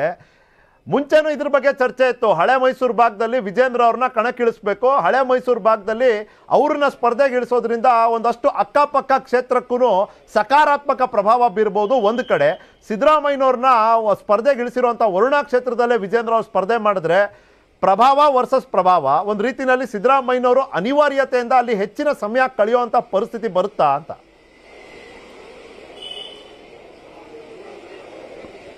ಖಂಡಿತವಾಗ್ಲೂ ನಿಖಿಲ್, ಮುಖ್ಯವಾಗಿ ಈಗಾಗಲೇ ಸಿದ್ದರಾಮಯ್ಯನವರು ರಾಜ್ಯದ ಬಿಜೆಪಿ ನಾಯಕರು ಮತ್ತು ಹೈಕಮಾಂಡ್ ನಾಯಕರಿಗೆ ಟಾರ್ಗೆಟ್ ಆಗಿದ್ದಾರೆ. ಸಿದ್ದರಾಮಯ್ಯರನ್ನ ಕಟ್ಟಿ ಹಾಕದಷ್ಟು ಬಿಜೆಪಿಗೆ ಲಾಭ ಆಗಬಹುದು ಅನ್ನೋದು ಲೆಕ್ಕಾಚಾರದಲ್ಲಿರುವಂತದ್ದು. ಅದಕ್ಕೋಸ್ಕರವಾಗಿ ಅವರ ಕ್ಷೇತ್ರದಲ್ಲಿ ಮಣಿಸುವಂತ ನಿಟ್ಟಿನಲ್ಲಿ ಒಂದಷ್ಟು ತಂತ್ರಗಾರಿಕೆಯನ್ನು ಮಾಡ್ತಿದ್ದಾರೆ. ಅದಕ್ಕೆ ಪುಷ್ಟಿ ಕೊಡುವಂತೆ ಇವತ್ತು ಮಾಜಿ ಮುಖ್ಯಮಂತ್ರಿ BS ಯಡಿಯೂರಪ್ಪನವರು ಕೂಡ ಮಾತನಾಡಿದ್ದಾರೆ. ಈಗಾಗಲೇ ದೊಡ್ಡ ಮಟ್ಟದಲ್ಲಿ ಚರ್ಚೆ ಆಗ್ತಾ ಇತ್ತು, ವರ್ಣದಲ್ಲಿ ಸಿದ್ದರಾಮಯ್ಯ ವಿರುದ್ಧವಾಗಿ ಅಭ್ಯರ್ಥಿ ಯಾರಾಗ್ತಾ ಇರುವಂತದ್ದು. ಅದಕ್ಕೆ BY ವಿಜೇಂದ್ರ ಅವರು ಸ್ಪರ್ಧೆ ಮಾಡ್ತಾರೆ ಅನ್ನೋದ್ರ ಬಗ್ಗೆ ಸ್ವತಃ ಯಡಿಯೂರಪ್ಪನವರು ಸುಳಿವನ್ನ ಕೊಟ್ಟಿದ್ದಾರೆ. 2018 ವಿಧಾನಸಭಾ ಚುನಾವಣೆಯಲ್ಲಿ ಯಡಿಯೂರಪ್ಪನವರು ಸ್ವತಃ ಆ ಒಂದು ಕ್ಷೇತ್ರದ ಬಗ್ಗೆ ಮುತುವರ್ಜನೆ ವಹಿಸಿದ್ರು. ಆದ್ರೆ ಕೊನೆ ಕ್ಷಣದಲ್ಲಿ ಹೈಕಮಾಂಡ್ ಅದಕ್ಕೆ ಬ್ರೇಕ್ ಅನ್ನು ಹಾಕಿತ್ತು. ಈಗ ಅಂತಿಮವಾಗಿ ಹೈಕಮಾಂಡ್ ನಾಯಕರಿಗೂ ಕೂಡ ಸಿದ್ದರಾಮಯ್ಯ ಟಾರ್ಗೆಟ್ ಆಗಿರೋದ್ರಿಂದಾಗಿ ಎಲ್ಲೋ ಒಂದ್ ಕಡೆ ಹೈಕಮಾಂಡ್ ನಾಯಕರು ಕೂಡ ತಂತ್ರಗಾರಿಕೆಯನ್ನ ಮಾಡ್ತಿರುವಂತದ್ದು. ಈಗಾಗಲೇ ಯಡಿಯೂರಪ್ಪನವರು ಹೈಕಮಾಂಡ್ ನಾಯಕರು ತೀರ್ಮಾನ ಮಾಡ್ತಾರೆ ಅನ್ನೋ ಹೇಳಿಕೆಯನ್ನ ಕೊಟ್ಟಿದ್ದಾರೆ. ಹೀಗಾಗಿ ಹೈಕಮಾಂಡ್ ನಾಯಕರು ಯಾವ ರೀತಿಯಾಗಿ ಲೆಕ್ಕಾಚಾರ, ಯಾವ ರೀತಿ ನಿರ್ಧಾರವನ್ನ ಮಾಡ್ತಾರೆ ಅದ್ರ ಮೇಲೆ ಸಿದ್ದರಾಮಯ್ಯರ ಭವಿಷ್ಯ ನಿರ್ಧಾರ ಆಗುತ್ತೆ ಅಂತ ಹೇಳ್ಬಹುದು. ಯಾಕಂದ್ರೆ ಈಗಾಗಲೇ ಒಂದ್ ಕಡೆಗೆ JDS ನಾಯಕರು ಕೂಡ ಅಲ್ಲಿ ಕಸರತ್ತನ್ನ ಮಾಡ್ತಿದ್ದಾರೆ, ಮತ್ತೊಂದ್ ಕಡೆ ಬಿಜೆಪಿಯ ಅಭ್ಯರ್ಥಿ BY ವಿಜೇಂದ್ರ ಅವರು ಸ್ಪರ್ಧೆ ಮಾಡಿದ್ರೆ ಸಿದ್ದರಾಮಯ್ಯರನ್ನ ಸೋಲಿಸಬಹುದು. ಆ ಮುಖಾಂತರವಾಗಿ ಅಲ್ಲೇ ಕ್ಷೇತ್ರದಲ್ಲಿ ಕಟ್ಟ ಹಾಕಿದ್ರೆ ಸ್ವಲ್ಪ ಸಾಧ್ಯವಾದಷ್ಟು ಡಿಸ್ಟರ್ಬ್ ಮಾಡಿದ್ರೆ ಬೇರೆ ಬೇರೆ ಜಿಲ್ಲೆಗಳಿಗೆ ಹೋಗೋದಷ್ಟು ಸ್ವಲ್ಪ ಕಡಿಮೆ ಆಗುತ್ತೆ. ಮತ್ತೆ ಸಿದ್ದರಾಮಯ್ಯ ಕೂಡ ಒಂದು ರೀತಿ ಆತಂಕಗೊಳ್ತಾರೆ, ಕ್ಷೇತ್ರದಲ್ಲಿ ಜಾಸ್ತಿ ಒತ್ತನ್ನ ಕೊಡ್ತಾರೆ. ಆ ಮುಖಾಂತರವಾಗಿ ಬೇರೆ ಜಿಲ್ಲೆಗಳಿಗೆ ಹೆಚ್ಚು ಹೋಗೋದಕ್ಕೆ ಸಾಧ್ಯವಾಗುದಿಲ್ಲ. ಯಾಕಂದ್ರೆ ಯಡಿಯೂರಪ್ಪನವರು ಬಿಟ್ಟರೆ ರಾಜ್ಯದಲ್ಲಿ ನೆಕ್ಸ್ಟ್ ಇರುವಂತವರೇ ಸಿದ್ದರಾಮಯ್ಯವರು ಎಲ್ಲೇ ಬೇರೆ ಕಡೆ ಹೋದ್ರು ಕೂಡ ಅದು ಕಾಂಗ್ರೆಸ್ಗೆ ಲಾಭ ಆಗುತ್ತೆ. ಮತ್ತೆ ತನ್ನದೇ ಆದಂತಹ ಜನಬೆಂಬಲವನ್ನು ಇಟ್ಕೊಂಡಿದ್ದಾರೆ. ಬೇರೆ ಬೇರೆ ಜಿಲ್ಲೆಗೆ ಹೋದಂತ ಸಂದರ್ಭದಲ್ಲಿ ತಮ್ಮ ಶಕ್ತಿಯನ್ನ ಸಾಧಿಸೋದ್ರ ಮುಖಾಂತರವಾಗಿ ಕಾಂಗ್ರೆಸ್ ಗೆಲ್ಲುವಂತ ನಿಟ್ಟಿನಲ್ಲಿ ಕೂಡ ಕೆಲಸವನ್ನ ಮಾಡ್ತಾರೆ. ಅದಕ್ಕೋಸ್ಕರವಾಗಿ ಕ್ಷೇತ್ರದಲ್ಲಿ ಅವ್ರನ್ನ ಸಾಧ್ಯವಾದಷ್ಟು ಮಟ್ಟಿಗೆ ಕಟ್ಟಿ ಹಾಕಿದ್ರೆ ಬೇರೆ ಕಡೆ ಹೋಗೋದಿಲ್ಲ. ಅದಕ್ಕೋಸ್ಕರವಾಗಿ ಕೃಷ್ಣ, ಇಲ್ಲಿ 2 ಕ್ಷೇತ್ರ ವರ್ಸಸ್ 2 ಕ್ಷೇತ್ರ ಆಗೋಗುತ್ತಾ ಅಂತ ಅಂದ್ರೆ ಸಿದ್ದರಾಮಯ್ಯನವರೀಗ ವರುಣ ಕೋಲಾರದಲ್ಲೂ ಸ್ಪರ್ಧೆ ಮಾಡ್ತೀನಿ ಅಂತ ಹೇಳ್ತಿದ್ದಾರೆ. ಅದೇ ರೀತಿ ಯಡಿಯೂರಪ್ಪನವ್ರು ಹೇಳಿದ್ರು ಶಿಕಾರಿಪುರದಲ್ಲಿ ವಿಜೇಂದ್ರ ಅವರೇ ಅಂತ. ಈಗ ಚರ್ಚೆ ಆಗ್ತಿರೋದು ವರುಣ ಅಂತ. ಹಾಗಾದರೆ ಶಿಕಾರಿಪುರ ವರುಣ ಎರಡೂ ಕಡೆ ಸ್ಪರ್ಧೆ ಮಾಡ್ತಾರೆ ವಿಜೇಂದ್ರ ಅವರು. ಪಕ್ಷದ ಪಡಸಾಲೆನಲ್ಲಿ ಓಡಾಡೋ ಅಂಥವ್ರಲ್ವಾ ನೀವು? ನಿಮಗೇನು ಸಿಗ್ತಿದೆ ಮಾಹಿತಿ? ನಿಖಿಲ್, ಇದುವರೆಗೂ ಕೂಡ ವಿಜೇಂದ್ರ ಅವರು 2 ಕ್ಷೇತ್ರದಲ್ಲಿ ಸ್ಪರ್ಧೆ ಮಾಡ್ತಾರೆ ಅನ್ನೋ ಬಗ್ಗೆ ಅಧಿಕೃತವಾಗಿ ಪ್ರಕಟ ಆಗಿಲ್ಲ. ಆದರೆ ಚರ್ಚೆ ಅಷ್ಟೇ ಆಗ್ತಾ ಇರುವಂತದ್ದು. ಆದ್ರೆ ಹೈಕಮಾಂಡ್ ನಾಯಕರು ಈಗಾಗಲೇ 2 ಕ್ಷೇತ್ರಗಳಿಗೆ ಒಬ್ಬ ಅಭ್ಯರ್ಥಿಯನ್ನ ಸೀಮಿತ ಮಾಡುವಂತ ನಿಟ್ಟಿನಲ್ಲಿ ಇನ್ನೂ ಕೂಡ ಯಾವುದೇ ರೀತಿಯ ತೀರ್ಮಾನವನ್ನು ಮಾಡಿಲ್ಲ. ಆದ್ರೆ ಈಗಾಗಲೇ ಮುಖ್ಯವಾಗಿ ಹೈಕಮಾಂಡ್ ನಾಯಕರು ಒಂದು ಆಲೋಚನೆಯನ್ನ ಮಾಡಿದ್ರೆ ಶತಾಯಗತಾಯವಾಗಿ ಸಿದ್ದರಾಮಯ್ಯನ ಸೋಲಿಸಬೇಕು ಅನ್ನುವಂಥದ್ದು. ಒಂದ್ ವೇಳೆ ಏನಾದರೂ ಆ ರೀತಿಯಾದ ಲೆಕ್ಕಾಚಾರಕ್ಕೆ ಬಂತು ಅಂತಂದ್ರೆ BY ವಿಜೇಂದ್ರ ಅವರನ್ನ ಶಿಕಾರಿಪುರ ಜೊತೆಗೆ ವರುಣಾದಲ್ಲಿ ಸ್ಪರ್ಧೆ ಮಾಡುವಂತ ಒಂದು ವಿಚಾರವನ್ನು ಕೂಡ ಕೈಗೊಳ್ಳುವಂತ ಸಾಧ್ಯತೆ ಇದೆ. ಈಗಾಗಲೇ ಮಾಜಿ ಮುಖ್ಯಮಂತ್ರಿ ಸಿದ್ದರಾಮಯ್ಯರು ಕೂಡ ಎಲ್ಲ ಒಂದ್ ಕಡೆ ಕಠಿಣ ಆಗುತ್ತೆ ಅನ್ನೋ ಕಾರಣಕ್ಕೋಸ್ಕರವಾಗಿ ವರುಣಾ ಜೊತೆಗೆ ಕೋಲಾರದಲ್ಲೂ ಕೂಡ ಸ್ಪರ್ಧೆ ಮಾಡುವಂತ ನಿರ್ಧಾರವನ್ನ ಮಾಡ್ತಾ ಇದ್ರೆ ಹೈಕಮಾಂಡ್ ನಾಯಕರು ಕೂಡ ತೀರ್ಮಾನ ಮಾಡ್ತಾರೆ ಅನ್ನೋ ಹೇಳಿಕೆಯನ್ನು ಕೂಡ ಕೊಡ್ತಾ ಇರುವಂತದ್ದು. ಹೀಗಾಗಿ 2 ರಾಷ್ಟ್ರೀಯ ಹೈಕಮಾಂಡ್ ನಾಯಕರುಗಳು ಯಾವ ರೀತಿಯಾದಂತಹ 2 ಕ್ಷೇತ್ರಗಳಿಗೆ ಸಂಬಂಧಪಟ್ಟಂತೆ ಅಭ್ಯರ್ಥಿ ಬಗ್ಗೆ ತೀರ್ಮಾನವನ್ನು ಮಾಡ್ತಾರೆ ಅಂತ ಕೂಡ ಸಾಕಷ್ಟು ಕುತೂಹಲ ಮೂಡಿಸಿದೆ. ಅದ್ರ ಸದ್ಯಕ್ಕಂತೂ ನಿಖಿಲ್ ಈಗಾಗಲೇ BY ವಿಜೇಂದ್ರ ಅವರು ಈಗ ತಾನೇ RSS ನಾಯಕರನ್ನ ಮುಖಂಡರನ್ನ ಭೇಟಿ ಮಾಡೋದ್ರ ಮುಖಾಂತರವಾಗಿ ಮಾತುಕತೆಯನ್ನು ಕೂಡ ನಡೆಸಿದ್ದಾರೆ. ಈ ಹಿಂದೆ ಸಿದ್ದರಾಮಯ್ಯ ಅವರು RSS ಮುಖಂಡರುಗಳನ್ನ ಸಾಕಷ್ಟು ಟೀಕೆ ಟಿಪ್ಪಣಿಯನ್ನ ಮಾಡಿದ್ರು. ಅದಕ್ಕೋಸ್ಕರವಾಗಿಯೇ ಸಿದ್ದರಾಮಯ್ಯ ಸೋಲಿಸುವಂತ ನಿಟ್ಟಿನಲ್ಲೂ ಕೂಡ RSS ನಾಯಕರು ಕೂಡ ಈಗ ಚಕ್ರವ್ಯೂಹವನ್ನ ವರುಣಾದಲ್ಲಿ ಮಾಡ್ತಾ ಇದ್ದಾರೆ ಅನ್ನೋದ್ರ ಬಗ್ಗೆ ಕೂಡ ಕೇಳಿ ಬರ್ತಾ ಇರುವಂತದ್ದು. ಅದೇನೇ ಇದ್ರೂ ಕೂಡ ಈಗ 2 ಕ್ಷೇತ್ರಗಳಂದ್ರೆ BY ವಿಜೇಂದ್ರ ಅವರು 2 ಕ್ಷೇತ್ರ ಶಿಕಾರಿಪುರ ಆಗಿರ್ಬೋದು ವರುಣಾದಲ್ಲಿ ಸ್ಪರ್ಧೆ ಮಾಡ್ತಾ ಇರೋದು ಒಂದು ಚರ್ಚೆ ಆಗ್ತಾ ಇದೆ. ಮತ್ತೊಂದು ಕಡೆ ಸಿದ್ದರಾಮಯ್ಯ ಅವರು ಕೋಲಾರ ಜೊತೆಗೆ ವರುಣಾದಲ್ಲಿ ಸ್ಪರ್ಧೆ ಮಾಡ್ತಾರೆ ಅನ್ನೋದು ಕೂಡ ಚರ್ಚೆ ಆಗ್ತಾ ಇರುವಂತದ್ದು. ಅಧಿಕೃತವಾಗಿ 2 ಕ್ಷೇತ್ರಗಳಲ್ಲಿ ಯಾವ ರೀತಿಯಾಗಿ ವಾತಾವರಣ ಇದೆ ಅನ್ನೋದ್ರ ಬಗ್ಗೆ ಸ್ವತಃ ತಿಳ್ಕೊಳ್ಳೋದ್ರ ಮುಖಾಂತರವಾಗಿ ಅಂತಿಮವಾಗಿ ಹೈಕಮಾಂಡ್ ನಾಯಕರು ಎಲ್ಲಿ ಅಭ್ಯರ್ಥಿಗಳು ಸ್ಪರ್ಧೆ ಮಾಡೋದ್ರ ಬಗ್ಗೆ ಅನ್ನೋದ್ರ ಬಗ್ಗೆ ತೀರ್ಮಾನ ಆಗುತ್ತೆ. ಅದ್ರ ಸದ್ಯಕ್ಕಂತೂ ಕಾಂಗ್ರೆಸ್ ಮತ್ತೆ ಬಿಜೆಪಿ ಪಡೆಸಲ್ಲಿ ಚರ್ಚೆ ಆಗ್ತಿರುವಂತದ್ದು. ಸಿದ್ದರಾಮಯ್ಯ ವರ್ಸಸ್ ವರುಣ BY ವಿಜೇಂದ್ರ ದೊಡ್ಡ ಮಟ್ಟದಲ್ಲಿ ಫೈಟ್ ಆಗಬಹುದು ಅನ್ನೋ ಬಗ್ಗೆ ಚರ್ಚೆ ಆಗ್ತಾ ಇರುವಂತದ್ದು. ರೈಟ್ ಕೃಷ್ಣ, ಧನ್ಯವಾದ ನಿಮ್ಮ ಸಮಯ ಮತ್ತೆ ಆ ಮಾಹಿತಿಗಾಗಿ. ನೋಡಿ, ಎಲೆಕ್ಷನ್ ರೌಂಡ್ ಟೇಬಲ್ನಲ್ಲಿ ಇದ್ರ ಬಗ್ಗೆ ಚರ್ಚೆ ಮಾಡಬೇಕು. ಎಲ್ಲಿಂದ ಶುರು ಮಾಡೋಣ ಅಂದರೆ, ಸಿದ್ದರಾಮಯ್ಯನವರ ಸ್ಪರ್ಧೆಯಿಂದ ಅಕ್ಕಪಕ್ಕದ ಕ್ಷೇತ್ರಗಳಿಗೆ ಅನುಕೂಲ ಅನ್ನೋದು ಒಂದು ಗ್ರಹಿಕೆ. ಈ ರೀತಿಯ ಒಂದು ಅಭಿಪ್ರಾಯ ಇದೆ. ಕೋಲಾರ್ಗೂ ಅವ್ರನ್ನ ಅದಕ್ಕೆ ಅಲ್ವಾ ಕರ್ಕೊಂಡು ಹೋಗ್ತಾ ಇರೋದು. ಕೋಲಾರಕ್ಕೆ ಕರ್ಕೊಂಡು ಹೋದ್ರೆ ಅಲ್ಲಿ ಅತ್ಲಾಗೆ KGF, ಇತ್ಲಾಗೆ ಶ್ರೀನಿವಾಸಪುರ, ಒಂದು ತಕ್ಕಮಟ್ಟಿಗೆ ಬಾಗೇಪಲ್ಲಿ, ಇಲ್ಲೆಲ್ಲ ಒಂದು ಸ್ವಲ್ಪ ಹೆಲ್ಪ್ ಆಗುತ್ತೆ ಅಂತ. ಅದೇ ರೀತಿ ವರುಣಾನಲ್ಲಿ ಸಿದ್ದರಾಮಯ್ಯನವ್ರ ಸ್ಪರ್ಧೆಯಿಂದ ಅಕ್ಕಪಕ್ಕದಲ್ಲಿ ಒಂದಷ್ಟು ಪ್ರಭಾವ ಇರ್ಬೋದು, ಅದರಿಂದ ಉಪಯೋಗ. ಅದೇ ರೀತಿ ವಿಜೇಂದ್ರ ಅವರ ಸ್ಪರ್ಧೆಯಿಂದ ಕೂಡ ಆಗಬಹುದು ಅಂತ. ಹಿಂದಿನ ಬಾರಿ ನಿಮಗೂ ನೆನಪಿದೆ, ವರುಣಾನಲ್ಲಿ ಕ್ಯಾಂಪೇನ್ಗೆ ಇಳಿದ್ಬಿಟ್ಟಿದ್ರು ವಿಜೇಂದ್ರ ಅವರು. ಆದರೆ ಟಿಕೆಟ್ ಕೊಡಲಿಲ್ಲ ಪಕ್ಷ, ಅದು ಬೇರೆ ಪ್ರಶ್ನೆ. ಅವತ್ತು ಕೂಡ ಇದೇ ಚರ್ಚೆ ಆಗಿದ್ದು. ಅವ್ರು ಸ್ಪರ್ಧೆಗೆ ಇಳಿದ್ರೆ ಅಕ್ಕಪಕ್ಕ ಒಂದು 2-3 ಸೀಟು ಗೆಲ್ಲುವಂಥ ಸಾಧ್ಯತೆಗಳು ಜಾಸ್ತಿ ಆಗುತ್ತೆ. ಕಷ್ಟ, ಸವಾಲಿದೆ, ಆದರೆ ಸಾಧ್ಯತೆ. ಪ್ಲೀಸ್, ರಾಜಕಾರಣದ ವಿಪರ್ಯಾಸ ಮತ್ತು ಅನಿವಾರ್ಯತೆಗಳು ಹೇಗೆಲ್ಲ ಬದಲಾಗ್ತವೆ ಅನ್ನೋದಕ್ಕೆ ನೀವೇ ಹೇಳಿದಂತೆ ಕಳೆದ ಸಲ ನಿಲ್ತೀನಿ ಅಂದರೆ ಬೇಡ ಅಂತ ಅವರ ತಂದೆಯವ್ರ ಮೂಲಕನೇ ವೇದಿಕೆಯಲ್ಲಿ ಘೋಷಣೆ ಮಾಡಿಸಿ, ಯಾಕಂದರೆ ಮಾಡಿಸಿದ್ದದು ಖಂಡಿತ ಎಲ್ಲರಿಗೂ ಗೊತ್ತಿದೆ, ಮಾಡಿಸಿ ಹೊರಗಡೆ ಇಟ್ಟರು. ಈಗಾಗಲೇ ಶಿಕಾರಿಪುರವನ್ನು ಇದೆಲ್ಲ ಸಾಧ್ಯತೆಗಳನ್ನು ಮತ್ತು ಅವರ ವೈಯಕ್ತಿಕ ಮಟ್ಟದಲ್ಲಿ ಸ್ನೇಹನೋ ಅಥವಾ ಮತ್ಯಾವುದೇ ರೀತಿ ಹೊಂದಾಣಿಕೆನೋ ಗೊತ್ತಿಲ್ಲ, ಸಿದ್ದರಾಮಯ್ಯ ಮತ್ತು ಯಡಿಯೂರಪ್ಪನವರ ನಡುವಿನ ಒಂದು ಸಾಮೀಪ್ಯತೆ ಅಥವಾ ಒಂದು ಆಪ್ತತೆ ಎಲ್ಲ ಗೊತ್ತಿದೆ ರಾಜಕಾರಣದಲ್ಲಿ. ಆ ಕಾರಣದಲ್ಲಿ ಇವ್ರು ಇಲ್ಲಿ ವರುಣ ಕೋಲಾರದಲ್ಲಿ ನಿಲ್ಲಲ್ಲ, ಇವ್ರು ನಿಲ್ಲುವ ಕ್ಷೇತ್ರವೇ ಬೇರೆ ಅಂತ ಯಡಿಯೂರಪ್ಪನವರು ಹೇಳಿ, ಅದಕ್ಕೂ ಮುಂಚೆ 6 ತಿಂಗಳು ವರ್ಷಕ್ಕೆ ಮುಂಚೆನೇ ಮಗನನ್ನು ಶಿಕಾರಿಪುರದಲ್ಲಿ, ಅದು ತುಂಬ ಅನ್ಯೂಜುವಲ್ ಆಗಿ BJPಯ ಸಂಪ್ರದಾಯವೇ ಅಲ್ಲ, ಚುನಾವಣೆ ಬಗ್ಗೆ ಏನು ಕಾವೇರಿದಿರೋಂಥ ಸಂದರ್ಭದಲ್ಲೇ ಅವರ ನಿವೃತ್ತಿಯ ಮಾತಾಡಿ ಮಗನನ್ನ ಪ್ರತಿಷ್ಠಾಪನೆ ಮಾಡಿ ಟಿಕೆಟ್ ಅವರೇ ಘೋಷಣೆ ಮಾಡಿದ್ರು. ಸೊ ಎಲ್ಲದಕ್ಕೂ ಒಂಥರ ತಾಳಮೇಳ ಹೊಂದಾಣಿಕೆ ಇದೆ ರಾಜಕಾರಣದಲ್ಲಿ. ಆದರೆ ಇವತ್ತಿನ ಮಟ್ಟದಲ್ಲಿ ಯಡಿಯೂರಪ್ಪನವರ ಮುಂದೆ ಇಟ್ಟಿರುವಂಥ ಬೇಡಿಕೆ ಅಂದರೆ ವರಿಷ್ಠರಿಗೆ ಬೇಕಿದೆ ಸಿದ್ದರಾಮಯ್ಯ ಅವರ ಸೋಲು. ಯಾಕಂದರೆ ಸಿದ್ದರಾಮಯ್ಯ ಅವರ ಅಸ್ತಿತ್ವ, ಇಲ್ಲಿನ ಕಾಂಗ್ರೆಸ್ನ ಅಸ್ತಿತ್ವ ಮತ್ತು ಇಲ್ಲಿನ ಕಾಂಗ್ರೆಸ್ನ ಮತ ಬ್ಯಾಂಕ್ನ ಅಸ್ತಿತ್ವ ಅನ್ನುವಂಥದ್ದು ಖಂಡಿತ ಅರಿವಿರೋದ್ರಿಂದ ಸಿದ್ದರಾಮಯ್ಯ ಸೋಲು ಪಕ್ಷದೊಳಗಿನವರಿಗಿಂತ ಹೆಚ್ಚಾಗಿ BJPಯವ್ರಿಗೂ ಕೂಡ ಬೇಕಿದೆ, ಪಕ್ಷದೊಳಗೂ ಸಹಜವಾಗಿ ಬೇಕಿದೆ. ಈಗಾಗಲೇ ಅವರು ಹೊಂದಾಣಿಕೆ ಮಾತಾಡಿದ್ದಾರೆ, ಇಲ್ಲಿ ಮ್ಯಾಚ್ ಫಿಕ್ಸಿಂಗ್ ಮಾಡ್ತಾರೆ, ಚಾಮುಂಡೇಶ್ವರಲ್ಲಿ ಮಾಡದಂತೆ ಇಲ್ಲೂ ಕೂಡ ಮಾಡ್ತಾರೆ ಅಂತ. ಆದರೆ ಅಂತಹ ನಾಯಕರುಗಳು ಬೇಕು ಅನ್ನುವಂಥದ್ದು ಪಕ್ಷದಲ್ಲಿ ಮತ್ತು ವಿಪಕ್ಷಗಳಲ್ಲೂ ಕೂಡ ಬಾಹ್ಯವಾಗಲ್ದಿದ್ರು ಕೂಡ ಬಹಿರಂಗವಾಗಲ್ದಿದ್ರು ಕೂಡ ಆಂತರಿಕವಾಗಿ ಚರ್ಚೆಗಳಾಗ್ತವೆ ಅಂತದ್ದು ಬಹುತೇಕರು ಗೊತ್ತಿರುವಂಥದ್ದು.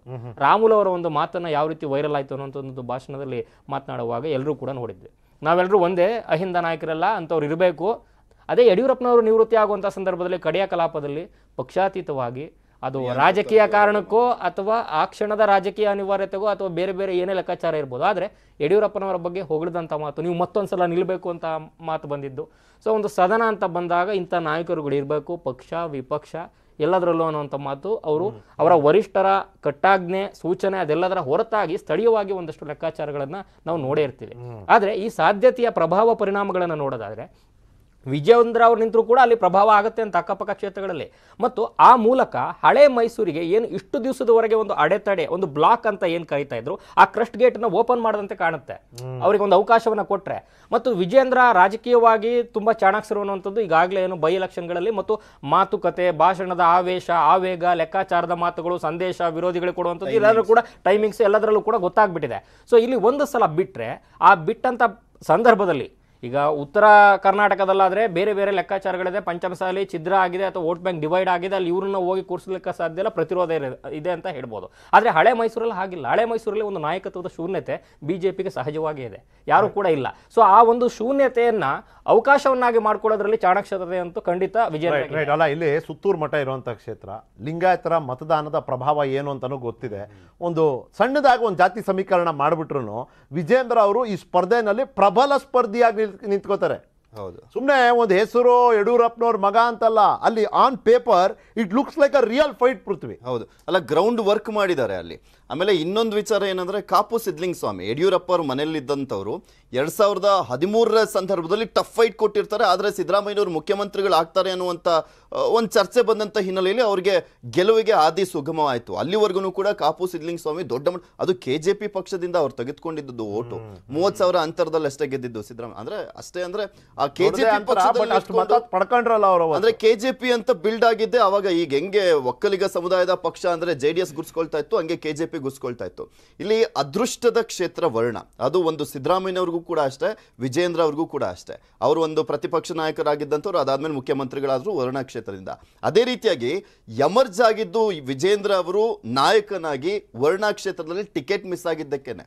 ಅಕಸ್ಮಾತ್ ಅಲ್ಲಿ ಟಿಕೆಟ್ ಕೊಟ್ಟಿದ್ರೆ ಯತೀಂದ್ರ ಅವರ ರೀತಿಯಲ್ಲಿ ಜಸ್ಟ್ ಒಬ್ರು MLA ಆಗಿರ್ತಿದ್ರು. ಅಲ್ಲಿ ಟಿಕೆಟ್ ಮಿಸ್ ಆಗಿದ್ದಕ್ಕೇನೆ ರಾಜ್ಯ ನಾಯಕನಾಗಿ ಹೊರಹೊಮ್ಮಿದ್ದು. ಬಿಕಾಸ್ ಅವಾಗ ನಿಖಿಲ್, ಈಗ ನೀವು ಇಲ್ಲಿ ಬಂಜಾರ ಪ್ರತಿಭಟನೆ ಪ್ರತಿರೋಧ ನಡೀತಾ ಇದೆ, ಶಿಕಾರಿಪುರದಲ್ಲಿ ಆಲ್ರೆಡಿ ಒಳ ಲೆಕ್ಕಾಚಾರಗಳು ತುಂಬಾ ನಡೀತಾ ಇದೆ. ಈ ಹಂತದಲ್ಲಿ ಒಂದು ಕುರುಬ ಸಮುದಾಯ ಇದೆ, ಯಾಕಂದ್ರೆ ಮುಂದೆ ಭವಿಷ್ಯತ್ತಿನ ಲೆಕ್ಕಾಚಾರ ಆಗ್ತಿರುವಂಥ ಒಬ್ಬ ಯುವ ನಾಯಕ, ಒಂದು ಪ್ರಬಲ ಸಮುದಾಯದ ಏನೋ ಪರಮನಾಯಕ ಅಂತ ಕನ್ಸಿಡರ್ ಮಾಡುವಂಥ ಸಿದ್ದರಾಮಯ್ಯ ಅವರ ವಿರುದ್ಧ ನಿಂತು ಸೋಲಿಗೆ ಪಣ ತೊಟ್ಟಿದ್ದೆ ಆದಲ್ಲಿ ಇವತ್ತಿಗೆ ಸಿದ್ದರಾಮಯ್ಯ ಅವರಿಗೆ ಕಡೆ ಚುನಾವಣೆ. ಆದ್ರೆ ವಿಜೇಂದ್ರ ಅವರ ಭವಿಷ್ಯ ಇನ್ನೂ ದೊಡ್ಡದಿದೆ. ಅಂತ ಒಂದು ರಿಸ್ಕ್ ಅನ್ನ ತಗೊಂತಾರ ಅನ್ನುವಂಥದ್ದು ಕೂಡ ಕುತೂಹಲ ಇದೆ. ಅಲ್ಲ ಇಲ್ಲಿ ನೋಡಿ, ಇದರಲ್ಲಿ ನಾವು ಅರ್ಥ ಮಾಡ್ಕೋಬೇಕಾಗಿರೋದು, ವಿಜೇಂದ್ರ ಅವ್ರಿಗೆ ಗೆಲುವಾಗುತ್ತೋ ಸೋಲಾಗುತ್ತೋ ಗೊತ್ತಿಲ್ಲ.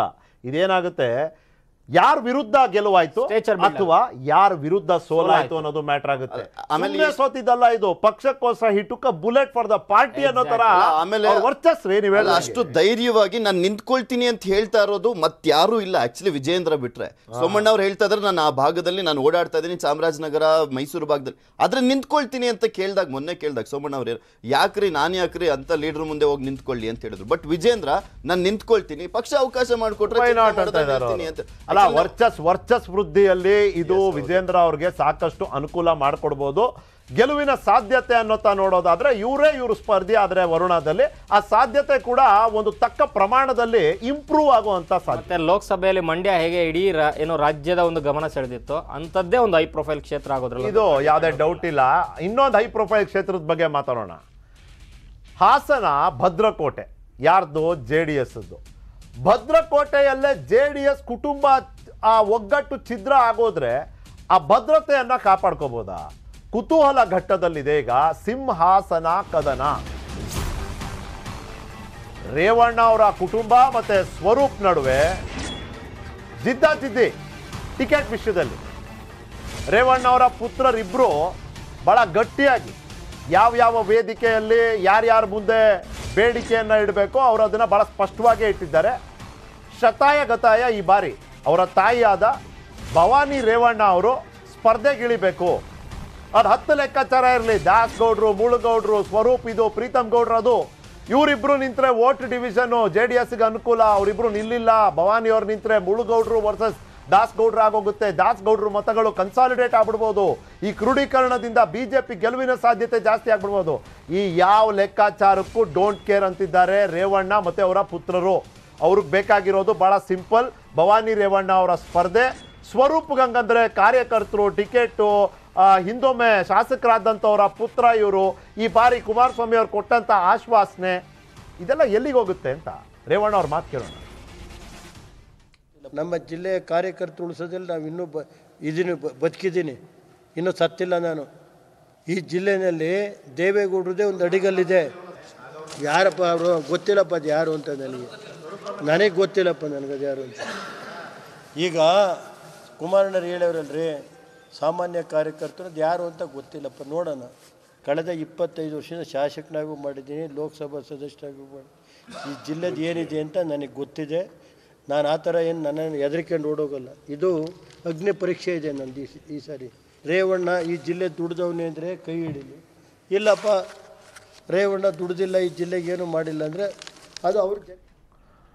ನನ್ನ ಜೊತೆ ನನ್ನ ಕಲೀಗ್ ಕೃಷ್ಣ ನೇರ ಸಂಪರ್ಕದಲ್ಲಿ ಜಾಯ್ನ್ ಆಗಿದ್ದಾರೆ. ಕೃಷ್ಣ ಕೇಳಿ, ಇಲ್ಲಿ ಆಪರೇಟಿವ್ ವರ್ಡ್ಸ್ ಅಂತಾರಲ್ಲ ಒಂದು ಜಡ್ಜ್ಮೆಂಟಲ್ಲಿ, ಅಗ್ನಿ ಪರೀಕ್ಷೆ, ಸ್ವರೂಪ್ ಪರಿಚಯನೇ ಇಲ್ಲ. ಕುಮಾರಣ್ಣ ಹೇಳಿದ್ದಾರೆ ಒಬ್ಬ ಸಾಮಾನ್ಯ ಕಾರ್ಯಕರ್ತನಿಗೆ ಕೊಡ್ತಾರೆ, ಅದು ಯಾರು ಅಂತ ನೋಡೋಣ ಅಂತ. ಯಾಕೆ ಭವಾನಿ ರೇವಣ್ಣ ಅವರು ಒಬ್ಬರು ಸಾಮಾನ್ಯ ಕಾರ್ಯಕರ್ತರೇ ಅಲ್ವಾ? ಆ ದೃಷ್ಟಿಯಿಂದ ಸ್ಥಳೀಯವಾಗಿ ಆಗ್ತಿರುವಂಥ ಚರ್ಚೆ ಏನು?